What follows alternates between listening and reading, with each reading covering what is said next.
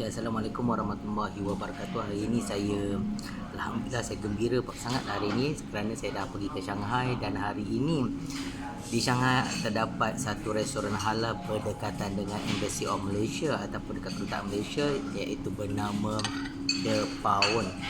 Nak dapat makanan halal kadang-kadang dekat China ni bukan senang. So ini The Pawn. So areanya, lokasinya tak jauh dengan Embassy of Malaysia, dekat Soho. Bangunan dia punya landmark tu Soho.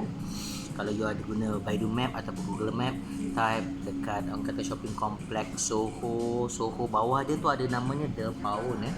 So makanan-makanan Indonesia halal macam-macam ada, sama belacan pun ada, dan sangat menarik.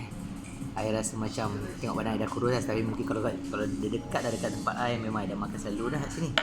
So apa yang penting memang makanan ni memang win. So minumannya ada, pudding kopi pun sedap. I dah makan soto, I dah makan ayam penyet. Dah setahun I tak makan ayam penyet. Okay, pasal apa nak cari, ada seorang halal ditambah dengan COVID lagi macam-macam. So pening kepala. So ini contohnya menunya. Menu The Pawn ni yang bagi I rasa sangat berbaloi. Untuk you datang sini nak cari makanan halal, you risau. Okay, so kat sini macam-macam makanan ada. Ayam penyet, bergedil lah, apa semua. So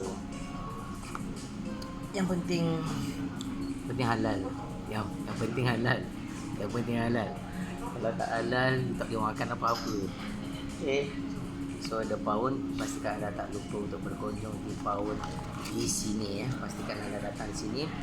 Puas hati memang terbaik. Jalan-jalan cari makan bersama MZ mau kerja. TMI, I love you. 我是喜欢你，我爱你。